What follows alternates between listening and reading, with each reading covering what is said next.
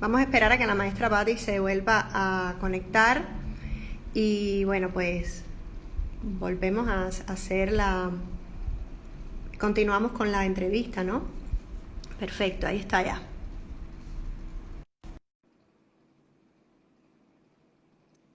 Ahora Ahora sí. sí, ahora ya te escucho y te veo. Ay, lo siento mucho. Es mi internet que hoy ha estado dando una guerra, pero bueno, estos son los tiempos que nos tocó vivir. Así es, ni modo. Estamos aquí en una charla entre amigos, entre colegas, es informal y bueno, lo más importante es que esto después va a quedar grabado, nosotros editaremos, si se volviera a cortar, vamos a editar los materiales que tenemos, así que no pasa nada.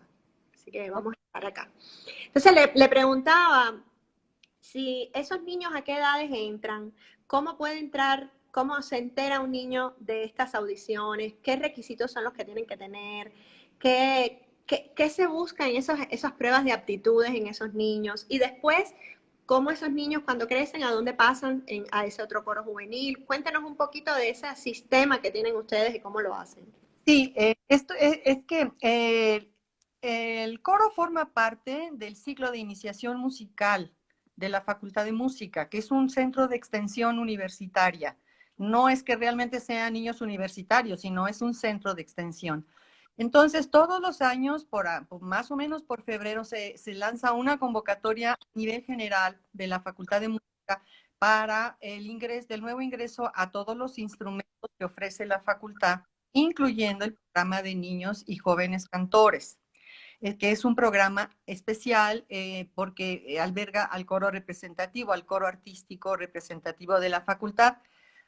Admitimos a niños, tienen que hacer un examen de selección forzosamente porque ese es el reglamento universitario, el reglamento de la facultad. Todos los niños que ingresan tienen que hacer un examen de selección que hacen todos los maestros de instrumento y nosotros lanzamos esa convocatoria y empiezan a inscribirse, a hacer una serie de trámites administrativos hasta llegar al punto del examen de selección, que en realidad es un examen sencillísimo, absolutamente sencillo. Repetir algunos giros melódicos, algunos giros rítmicos, cantar una canción a capela y cantar, por ejemplo, una canción que nosotros les montamos en el momento. Es decir, no son aquellos grandes exámenes que podrían hacerse en instituciones como los niños cantores de Montserrat o los niños cantores de Viena. No, estos son exámenes, es un examen relativamente sencillo porque sabemos que los niños no traen no traen conocimientos básicos de parte de la primaria en cuestiones musicales. Entonces no somos muy estrictos. Basta con que puedan hacer ciertas cosas muy sencillas y sobre todo que su voz esté sana, que no estén roncos, que no estén afónicos, que no estén cantando cosas muy extrañas, que a veces llegan cantando cosas muy extrañas, muy extrañas, pero porque son los modelos que imitan. Eso es muy característico. Entonces llegan cantando como hombres, ¿no? A veces y con una fortaleza acá de pecho y todo eso. Pero bueno, eso sabemos que se va corrigiendo a través de la práctica, ¿no? Y de la técnica vocal. Y esos niños, los niños nuevos, se van integrando a lo que nosotros llamamos coros preparatorios. Tenemos 3 grupos preparatorios que están con niños distribuidos por edades. Y esos niños están en esos coros preparatorios 1, 2 y a veces hasta 3 años antes de ingresar al coro principal que se llama coro de concierto. Y eventualmente todos los niños que ingresan y que persisten en la disciplina, en el avance, todos llegan al coro de concierto, que es su máxima ilusión, llegar al coro de concierto. Es decir, tienen un modelo muy fuerte para continuar a pesar de que entren muy chiquitos. Los admitimos a partir de los 8 años. A partir de los 8 años hasta los 12 más o menos. Pero a veces hay algunas niñas que traen algún bagaje de experiencia y entonces podemos admitir niñas hasta de 13 años para que puedan todavía permanecer bastante tiempo en el coro de concierto. Y una vez que tenemos 3 coros de concierto, perdón, preparatorios, el coro de concierto, y cuando los chicos empiezan a cambiar de voz, entonces los observamos cuasi individualmente, porque en realidad, yo no sé si esto pasa en Cuba y en otros países, pero la gran mayoría de los integrantes de los coros son niñas. Son niñas, son pocos niños, pocos varones, y es una cuestión cultural absolutamente. Pocos varones ingresan a los grupos. Y cuando algún niño quiere y está dispuesto a continuar con su actividad coral, entonces tenemos oportunidad de revisarlos individualmente y de trabajar con ellos cierto repertorio y bajo vigilancia absoluta de parte de todos los maestros que trabajamos con ellos. Ya. O sea, quiere decir que ustedes tienen 3 coros preparatorios con edades entre los 8 y los 12 años. Y de, y de Sí. ahí van seleccionando los niños por disciplina, por talento, por condiciones, por desarrollo de la voz, los van agrupando en el coro este de concierto. ¿Ese coro tiene algún límite de participantes? No, no lo máximo que hemos tenido son 45 participantes, porque además yo pienso hasta cuántos cabemos en un autobús para ir a un concierto, ¿no? Porque si yo tengo un coro de 60 o 70, no, es imposible. Lo máximo que hemos tenido en el coro de conciertos son 40, 45 muchachitos, pero como dije antes, no es que sea una selección y que otros se vayan a quedar afuera. Nunca nadie se queda fuera de pasar por el coro de concierto. De una u otra manera llegan al coro de concierto, más tarde o más temprano. A veces hay niños que todos son súper destacados, aunque tengan 9, 10 años, son de verdad unas potencias.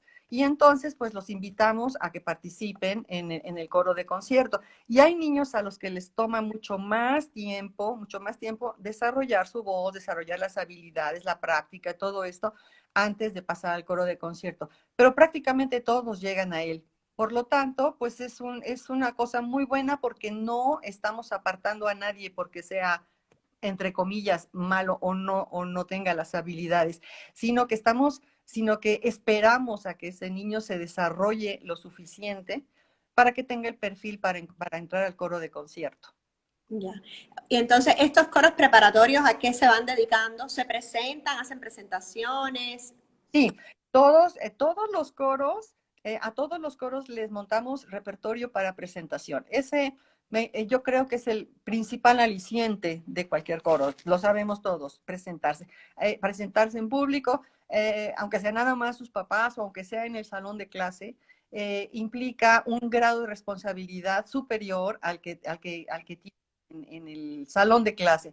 Entonces, todos y cada uno de ellos se presenta en público en algún momento, a lo mejor 2 o 3 o más veces en el semestre, y son observados por sus papás o por público que está interesado en ver.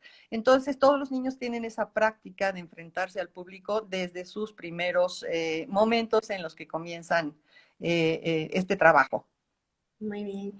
¿Y cómo se maneja el proceso vocal de estos niños? ¿Usted tiene ayuda, tiene asistentes, tiene maestras? ¿Qué preparación tienen que tener estas personas para trabajar con estos niños? ¿Cuáles son las herramientas principales que usted exige o demanda de esas personas para que la ayuden, para que apoyen su trabajo? Claro. Siempre hemos tenido la fortuna desde el inicio de esta actividad, porque cuando yo tomé el coro, afortunadamente había una directora que era cantante. Bueno, es todavía vive afortunadamente, pero en ese momento, bueno, ya se jubiló, pero era cantante y entendía muy bien las necesidades que teníamos en el aspecto coral. Entonces nos autorizó desde el principio contar con una maestra o un maestro, porque hemos tenido también maestros especializados en técnica vocal, o sea, cantantes que trabajan con los niños por lo menos 2 veces a la semana. 2 veces a la semana, media hora cada vez, y los preparan en toda la cuestión técnica. Y las maestras, que somos las directoras, estamos siempre en las clases de la maestra o maestro en turno, para aprender de lo que están haciendo y en determinado momento poder conectar lo que ellas están haciendo en técnica vocal con el repertorio que estamos montando. Yo no soy cantante, pero he leído y tomado cursos y he tomado clases y todo. Es decir, no, para mí no es desconocido el tema de la técnica vocal. En este momento, las maestras de los coros preparatorios, ellas mismas son cantantes también. Es decir, estamos cubiertos precisamente en ese aspecto que es absolutamente fundamental. Y además tienen conocimientos pedagógicos pues, para llevar a cabo el proceso ya del ensayo, del repertorio, del montaje, todo eso. Entonces, una de las cosas que siempre con la que siempre estamos en una situación de ocupación, no de preocupación, sino de ocupación, es que los niños entiendan el significado de la clase de técnica vocal en relación con el repertorio. Porque a veces para algunas personas o algunos niños los ven como dos materias separadas y no alcanzan a entender el beneficio que tiene el hacer la práctica de técnica vocal sobre el repertorio. Es como nos ha tocado ahí mismo en la facultad, como el maestro de piano que dice que los niños o que sus alumnos no saben solfeo. Y los de solfeo no están al servicio del repertorio de piano, ¿no? Entonces, el chiste es esa interconexión que existe entre estas materias y la interpretación final de la música. Y esa es una de las cosas que siempre estamos tratando todo el tiempo, de que los cantores entiendan esa relación que existe, absolutamente básicas. Una cosa no se va a poder hacer sin la otra. Claro. Por ejemplo, yo soy una niña que entró al coro, a uno de los coros preparatorios.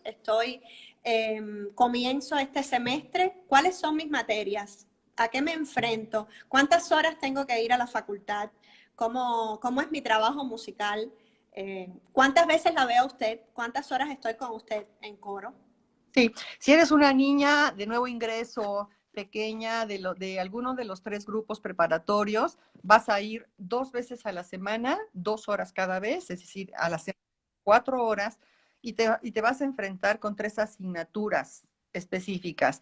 Es técnica vocal, 2 veces a la semana, introducción al lenguaje musical, en donde se enseñan las notas, los ritmos, a entonar, la lectura de partituras, al alcance siempre de los niños, de las edades de los niños.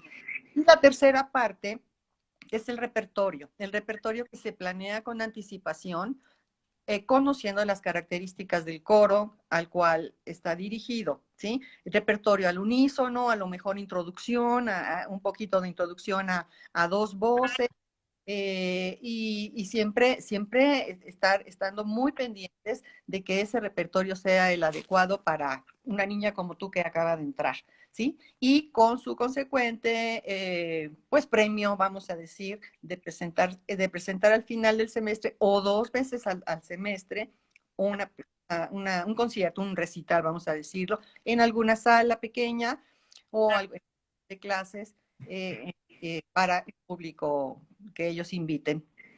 Entonces son 3 materias dentro de esas 2 horas y luego otras 2 horas. Siempre son esas 3 materias. Perfecto. ¿Se mantienen los niños durante mucho tiempo? ¿Se mantienen con estabilidad o cambian?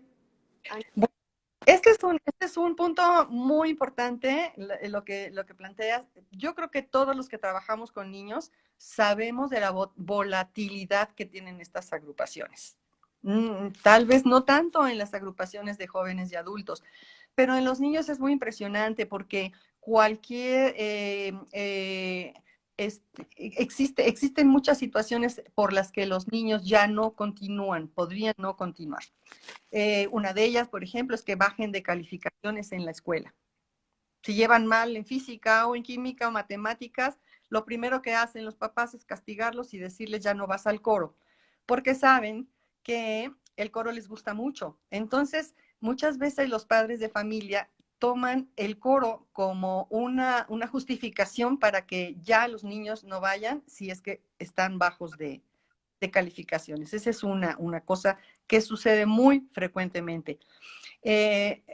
Pero por otro lado, existen también aquellos niños que saben que van bajos de calificaciones y se apuran. Y se apuran a hacer la tarea y se apuran a hacer todo lo que tienen porque les gusta muchísimo estar en el coro. Entonces tiene sus dos lados. Ahí es cuando tenemos también que pensar que trabajamos no solamente con los niños, sino con los papás de los niños, ¿no? que es todo un tema muy especial. Y la otra causa por las que se van, por ejemplo, en las jovencitas, es muy, a mí me da mucha risa porque en el momento en que empiezan a tener un novio, y el novio les dice, ¿para qué vas al coro? En ese momento salen del coro, porque el novio toma mayor importancia que el coro mismo, ¿no? Entonces, es que son cosas muy curiosas que a veces no tomamos en cuenta los directores, pero que existen en estas agrupaciones. La otra cuestión por la que podrían salir algunos niños es cuando los padres dicen, ya terminó un ciclo, por ejemplo, termina primaria, como termina primaria, también termina el coro, o termina secundaria y también termina la secundaria. O bien, cuando vamos a una gira internacional, cuando regresamos ya fue su ceremonia de graduación y se van del coro. Cuando tenemos a punto el coro, de que lo hemos trabajado al detalle hasta lograr un grado alto para ir a una gira internacional, y en ese punto es cuando podríamos tener bajas en la agrupación, ¿no?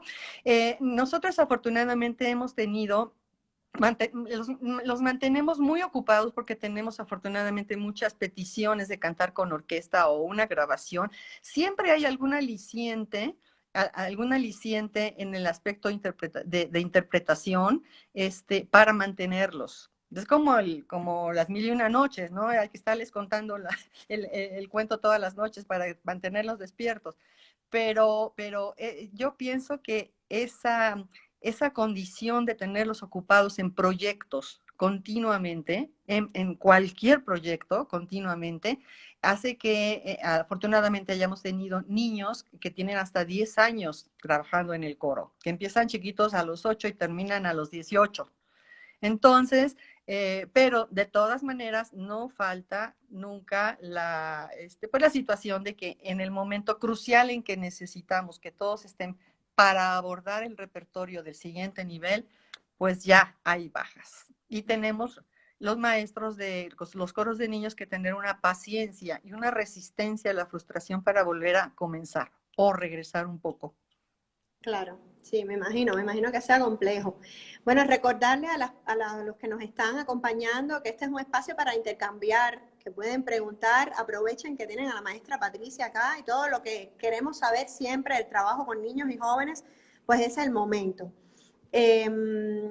Quisiera saber cuál es el proceso vocal con los niños, sobre todo con aquellos niños que están cambiando la voz.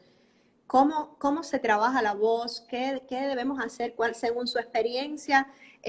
¿Cómo manejar la voz? ¿Esos maestros de técnica vocal trabajan con la voz de cabeza o trabajan con otro tipo de sonido? No sé, cuéntenos un poquito de esas cuestiones que son tan importantes de saber, que no nos las enseñan en ningún conservatorio, en ninguna universidad. No, nosotros trabajamos, evidentemente, lo primero que tratamos de impostar es la voz de cabeza. La voz de cabeza y la igualación de los 3 registros, de la cabeza, del medio y de pecho. Entonces, empezamos con el registro medio, vamos subiendo, vamos bajando, hasta que la mayoría de los niños pueden hacer este tránsito entre los 3 registros sin ninguna dificultad. Sin ninguna dificultad. Eso se trabaja diariamente, cada vez, mucha igualación de las vocales, todo el tiempo estamos viendo la colocación de la boca, que esté relajada. Y con los niños varones que cambian de voz, intentamos por todos los medios que no pierdan esa cualidad de conectar su voz de cabeza con los sonidos que se van presentando, los sonidos nuevos de su voz. ¿sí? Porque si no, entonces se vuelve una voz muy pesada, muy desgarbada, muy abajo, y no tiene esa resonancia de la voz de cabeza. Entonces, con los niños varones, cuando cambia, cuando están cambiando, por supuesto, vemos que si algún niño necesita descansar, aunque sea un poquito, lo dejamos descansar, o sea, no vamos a forzar, pero con los niños que pueden seguir cantando, la situación es que seguimos con estos ejercicios de descendentes del suspiro, de la conexión con la cabeza hacia abajo y de los sonidos graves conectados con la cabeza. Entonces, como tenemos tan poquitos niños, pues prácticamente la instrucción allí es individual y vamos viendo a cada uno de los niños revisándolos si no les lastima, si el sonido le queda bien, si está bien colocado, si no está apagado. Entonces, ese es el trabajo que hacemos. Necesita, el director que trabaja con niños en cambio de voz, pues sí tiene que tener una disposición y una generosidad para invertir tiempo individual en los niños en cambio de voz.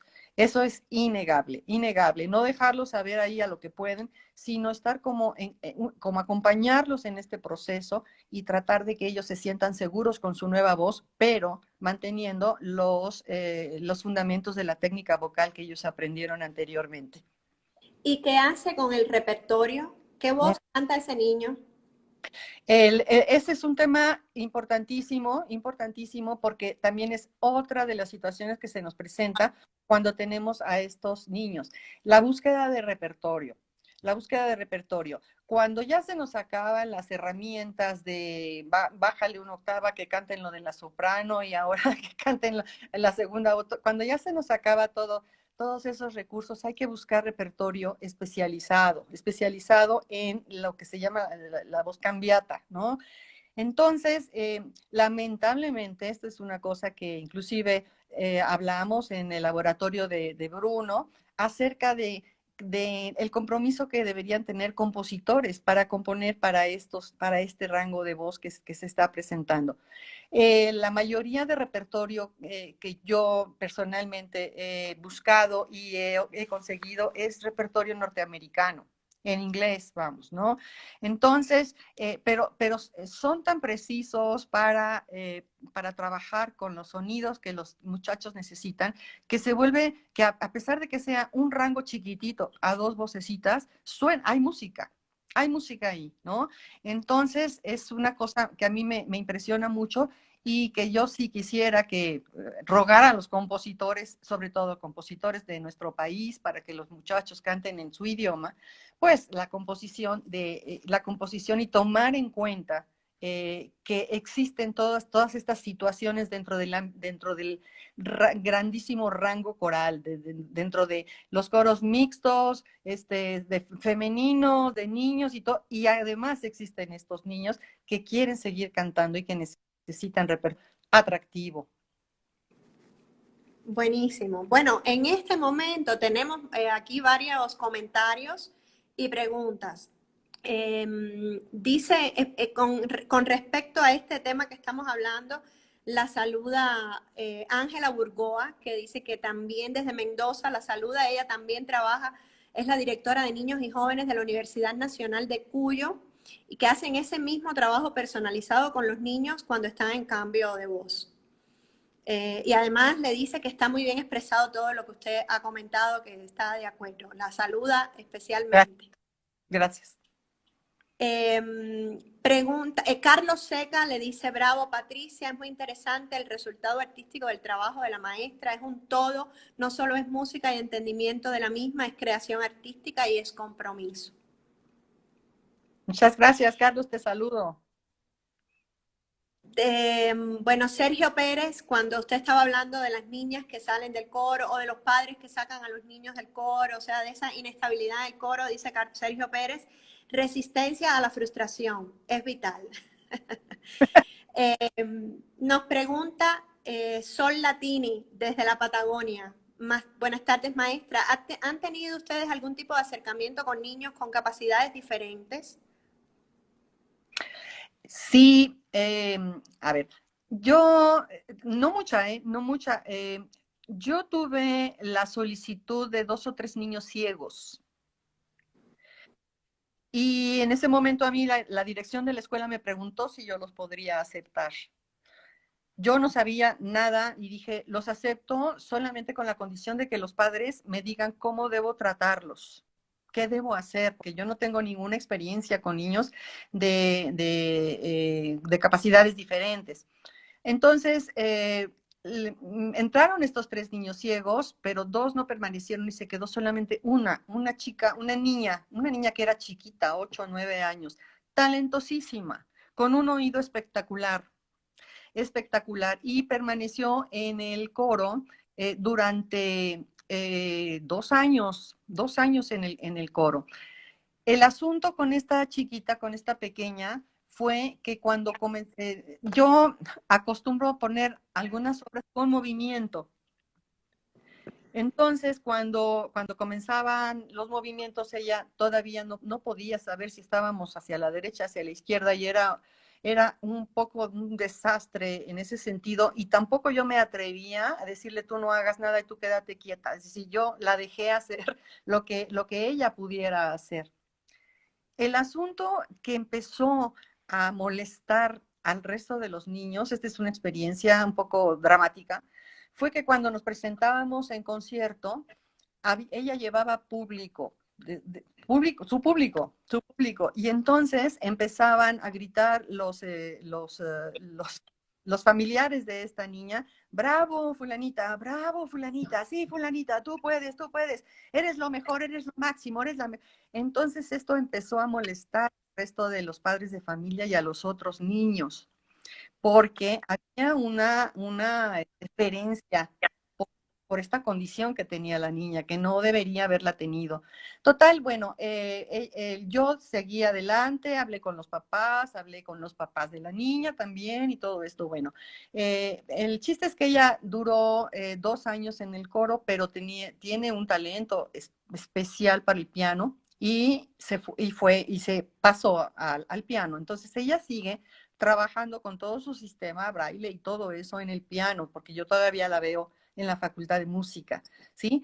Pero esa es la única experiencia que hemos tenido trabajando directamente con niños de capacidades diferentes, y lo que sí hemos hecho es conciertos para niños con capacidades diferentes, que esa es también una experiencia fabulosa, fabulosa, dramática, conmovedora. Uno llora al ver la interconexión que puede haber con esos niños y la música.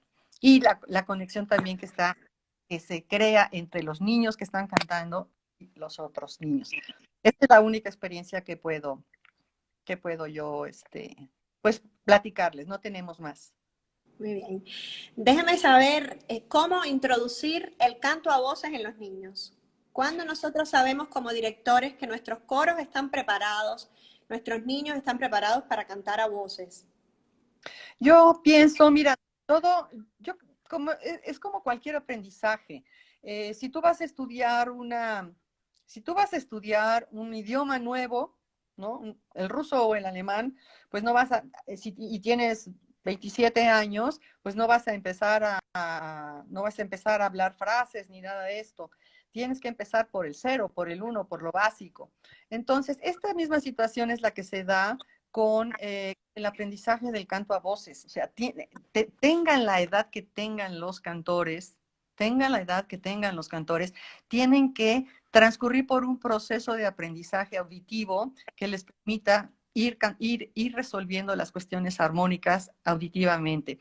Entonces, no es una cuestión de edad, es una cuestión de experiencias, y que nosotros más bien, porque también este trabajo lo hacen las maestras de los coros preparatorios, en el momento en que los niños ya han cantado suficiente y han entendido muchas cosas y del canto al unísono, entonces, y han tenido ejercitaciones previas sencillitas a nivel inclusive de la técnica vocal, dejando una nota y moviéndose la otra, bueno, todo este tipo de ejercitaciones que se van haciendo antes, forman parte del bagaje que ellos van a tener, del bagaje auditivo que van a tener para poder afrontar una obra a varias voces. Sin embargo, ¿cuándo está preparado? Cuando nos enfrentamos a la experiencia, pero una vez que hayamos tenido experiencias previas. O sea, no van en la primera clase, no los vamos a enfrentar en la primera ni en la segunda clase a una experiencia de este tipo. Entonces, dejamos pasar tiempo de canto al unísono y después comenzamos con las ejercitaciones a dos voces, pero con un orden. Es decir, yo siempre yo soy como muy amante del orden, del proceso. Entonces, en no empezar, por ejemplo, con un canon. Un canon es de las cosas más complejas que yo he observado en relación a la interpretación de los niños. Eh, para este efecto de la introducción al canto a voces, yo he tomado una línea que he observado en varios libros norteamericanos para introducir a los niños a varias voces. O sea, no es una idea mía, es una idea que yo he tomado de los libros y que me ha funcionado, que nos ha funcionado. Entonces, empezar con ostinato, por ejemplo, después con canciones que se les llama eco, en donde una nota es sostenida mientras otra voz entra, y cuando llega la voz sostenida, se crea una armonía. Ahí se necesita también una cuestión de técnica para sostener los sonidos. El famoso discanto en la línea superior, que tiene su propia personalidad muy diferente a la línea melódica original, o la contramelodía, en donde no hay manera de que el niño se pierda al cantar esas líneas. Las llamadas, el quodlibet, canciones emparejadas, ¿sí?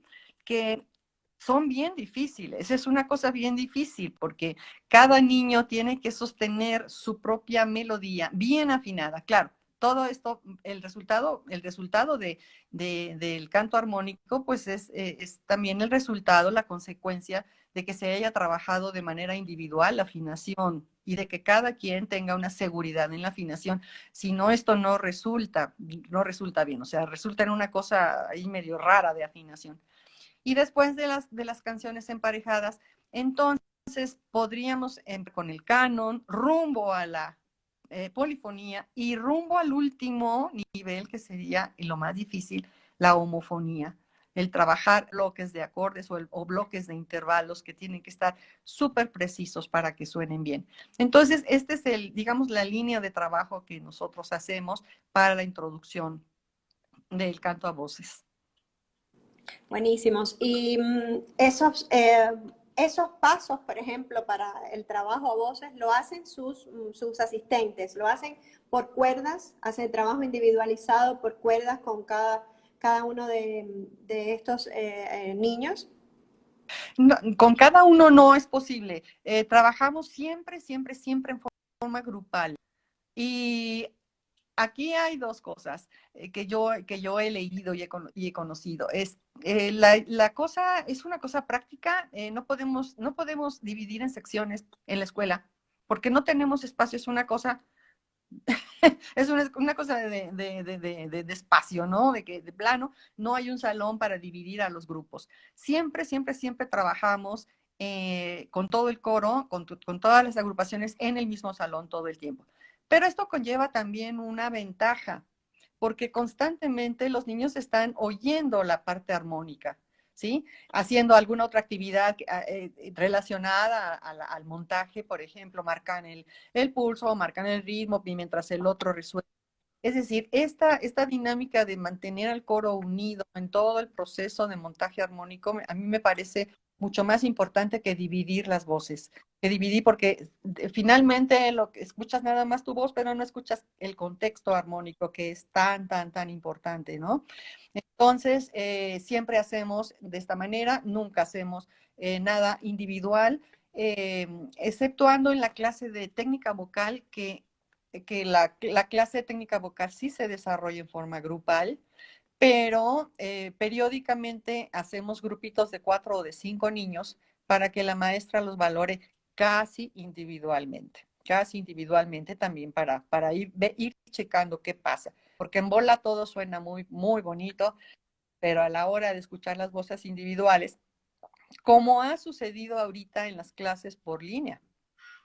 Claro. En estas clases en línea sí hemos tenido la oportunidad de escuchar niño por niño. Y ahí nos hemos dado cuenta de muchas cosas que suceden que no percibimos en la clase de grupo. Que se pierde, claro. Sí, que se pierden en la clase de grupo.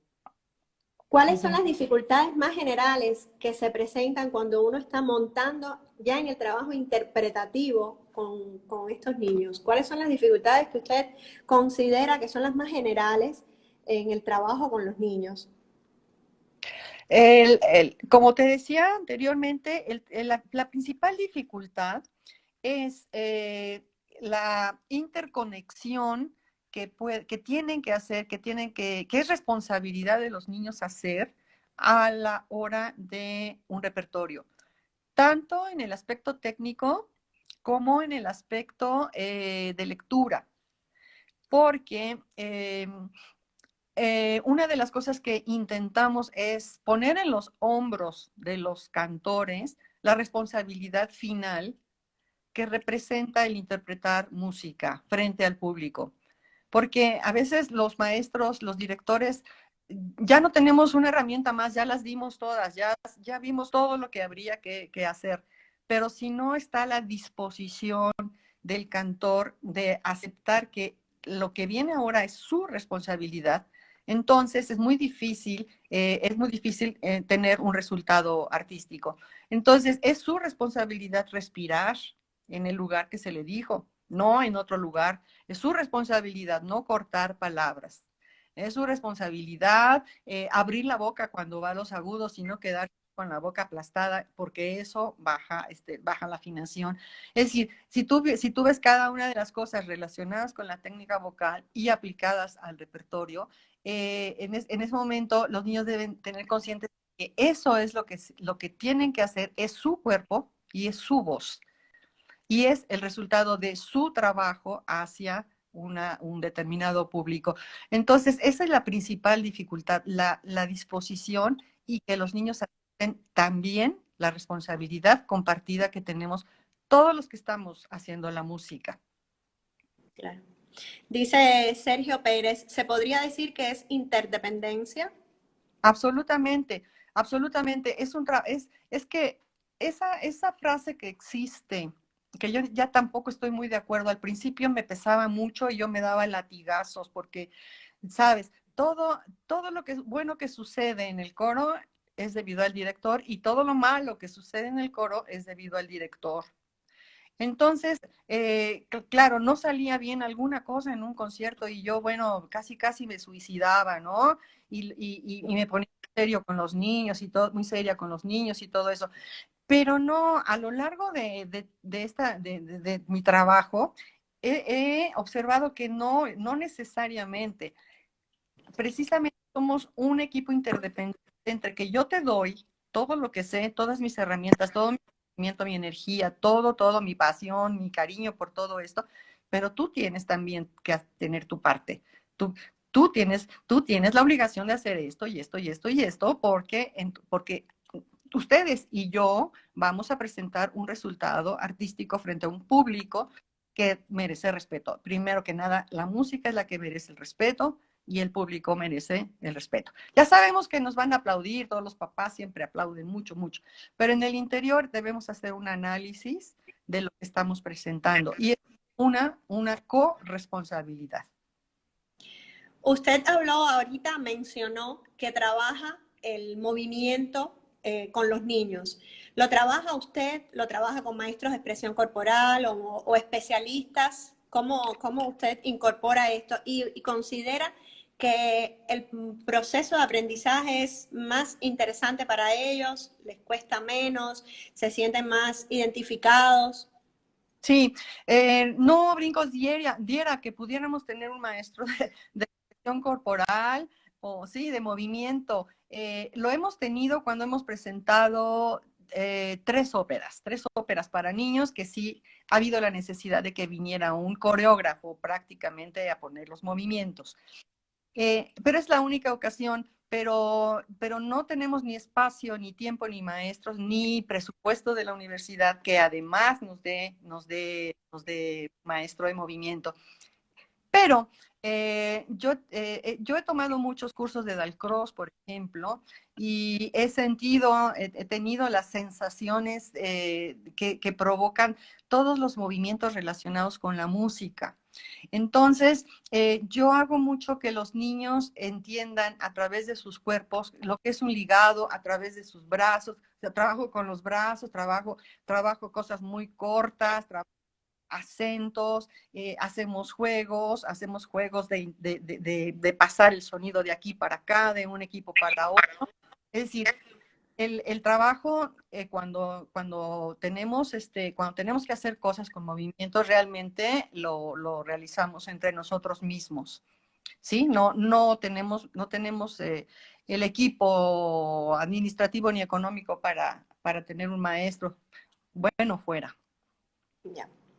Bueno, ¿cuánto demora entonces en montar un coro así, el coro de conciertos, me imagino, o participan todos los niños también en los coros preparatorios cuando están haciendo ópera, o piezas así sinfónico-corales o dramáticas, o que llevan más niños, unen a todos los niños? ¿Y cuánto tiempo demora el montaje de una pieza como esa? Por ejemplo, usted nos compartió la ópera de María Granillo, la ópera infantil, que las recomendamos.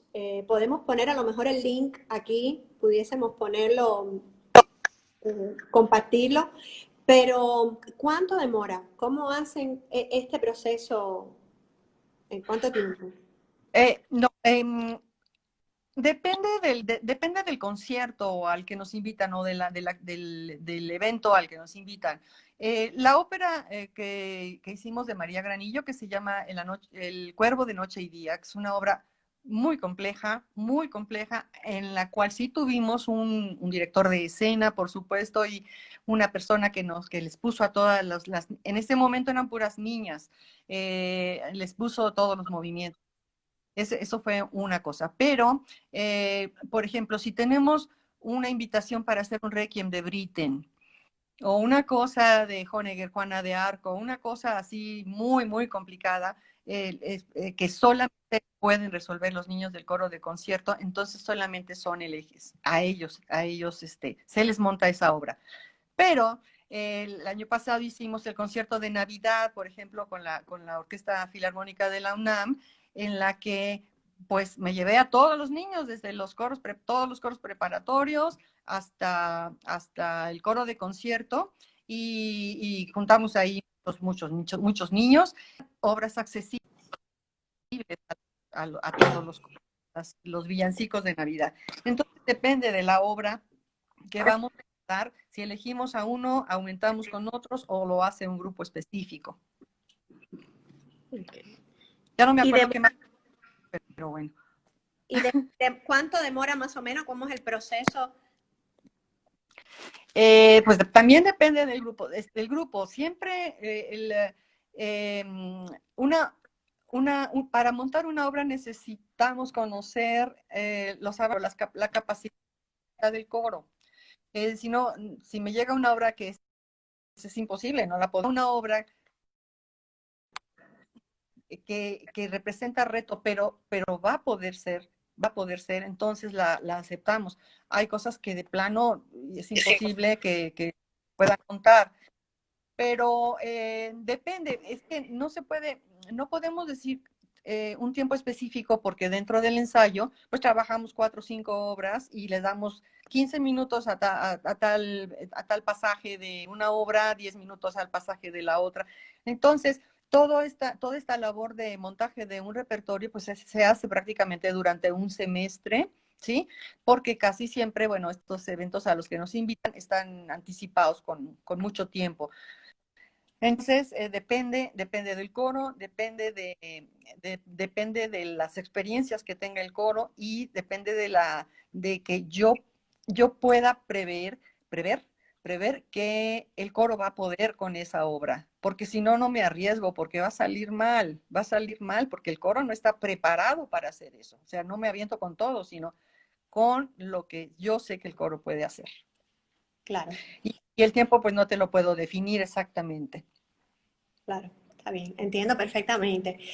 ¿De qué va a tratar su taller en la segunda edición de FICFE? ¿Cómo podemos enamorar a todas estas personas que nos están viendo ahora y que los demás que se van a sumar, que estoy seguro que muchas personas van a ver esta entrevista porque usted es muy querida, muy respetada y nos hemos encargado también de tener personas con mucha sabiduría, con mucha capacidad y con mucha experticia en el terreno de la música coral para, para que nos acompañen en FICFE. Así fue en la primera edición con las maestras que estuvieron y así lo vamos a hacer en esta segunda edición.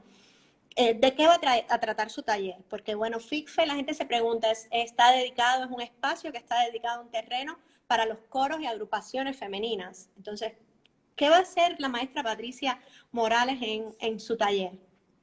Bueno, primero que nada, agradecerte por la invitación a participar, a ser parte de este equipo maravilloso para trabajar en FICFE.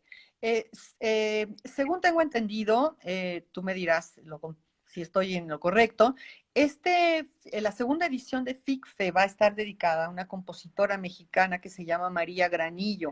María Granillo es una compositora que nació en 1962, es colega de la Facultad de Música, una gran compositora que tiene repertorio para orquesta sinfónica, para orquesta de cámara, para coros mixtos. Bueno, tiene una producción muy vasta. Y afortunadamente, porque siempre digo, qué fortuna que los grandes compositores se volteen su cabeza para decir, también hay coros de niños y voy a, a componer para coro de niños, ¿sí? O sea, para mí son compositores pues a los que yo le doy las gracias por su generosidad. Entonces, María Granillo compuso 4 canciones, que ella le llamó 4 canciones para niños, eh, bastante complicadas, que algunas de ellas, o quizá todas, puedan ser interpretadas por coros femeninos. Entonces, además tiene una última producción que se llama Los 20 ratones, que le comisionó un coro de San Diego, un coro de niños de San Diego, y la ópera que ya les mencionábamos. Entonces, mi participación en FICFE será introducir a las talleristas, a las personas que participen, en 2 o 3 de estas obras que son maravillosas, de verdad, son maravillosas. La misma María Granillo escribe ahí en una dedicatoria que pone que estas obras fueron cantadas por un coro femenino en Vancouver, pero que realmente ella las pensó para coro infantil. Entonces, 3 de ellas tienen realmente un texto infantil. Una habla sobre el reloj, la otra habla sobre un caracol, ¿sí? Y la otra y las otras 2 tienen una poesía maravillosa de un poeta chiapaneco. Entonces, yo a veces dudo si realmente son susceptibles de ser cantadas por niños o son pertinentes para coro de niños o están más dirigidas al coro femenino, ¿sí? Porque son realmente complicadas. Son 3 voces, 2 voces, 3 voces nada más, pero con una rítmica, cambios de compás, cosas complicadas, melódicas y rítmicas. Entonces, de eso va a tratar mi taller, de presentar ante el público, ante las talleristas, esta obra de la compositora a la cual está dedicado el FICFE de esta edición, María Granillo. Así mismo. Además, el taller que impartirá la maestra Patricia tiene un nombre muy que te atrapa, que dice que es repertorio para coros de niños y no tan niños. Sí, sí. Hay muchas cosas que los compositores conciben para niños, pero no son tan para niños, o a lo mejor para un coro muy, muy, muy experimentado, que tenga posibilidad de aceptar más retos. No, y estamos seguras también que no solamente aprenderemos y conoceremos la obra de María Granillo por la mano de usted, sino también que conoceremos cuáles pueden ser esas dificultades y cómo trabajarlas en los niños si se nos presentaran, cómo se pueden resolver desde el coro de niños y de jóvenes, ¿no? Claro, claro, claro. Sí, porque finalmente si así es pensada por los compositores, pues entonces hay que abordarlo y hay que saber qué estrategias para que logremos un resultado bueno. Claro. Bueno, Pues pues es sí mismo. Pues qué lujo hablar con usted esta tarde. Un abrazo gigante que vaya desde todos los lugares donde estamos todos conectados hacia Ciudad de México, donde estaba Patricia Morales. Hay muchas personas, muchos más saludos. Elvira Quevedo desde Venezuela, la maestra Irma Conchita Iorio, que está desde el principio. Saludos maestras, y hablo también de la inclusión, que dice que considera que la inclusión definitivamente debe ser un norte en las instituciones musicales. Paula Artigas desde Argentina. Carlos Seca reitera que el coro de niños y jóvenes de la UNAM ha sido uno de los más destacados coros infantiles que ha participado en nuestro festival en Barcelona, dice. gracias. Andrea Cañeda dice que es una excelente información y conocimiento de la maestra Patricia. Y bueno, hay montones de besos, de corazones, de manitos y de cosas. Hay muchas personas que han entrado, que han salido, porque sé que hay muchas actividades, pero bueno, lo bueno que tiene de todo esto es que se queda grabado y lo podemos volver a escuchar y lo podemos volver a ver. Reitero, si alguien tiene alguna otra pregunta, estamos llegando ya al final. Ya saben que Patricia Morales estará en nuestra segunda edición de FICFE cuando sea posible, haciendo un taller para coros de niños y no tan niños, con piezas el grueso de las piezas serán piezas de la compositora María Granillo, a quien está dedicado el concurso de composición de FICFE, que siempre lo precede un concurso de composición. Entonces, invitamos a todos a seguir nuestras redes, vamos a estar mensualmente compartiendo así con las maestras que van a estar en FICFE. Y bueno, en noviembre también queremos decir que se cumple un año de que fue la primera edición de la primera edición, y queremos sacar entonces algunas actividades del 19 al 21 de noviembre. Entonces, bueno, agradecemos mucho, maestra. Muchas gracias en nombre de Fabi, que le manda muchos besos desde la Patagonia, de Loki Travalia desde Buenos Aires, y bueno, un beso grande mío y de todas las personas que la queremos y que la admiramos. Muchas gracias por Muchas, su tiempo. muchas gracias. Saludos a todos. Buena tarde. Buenas tardes, gracias. Hasta luego.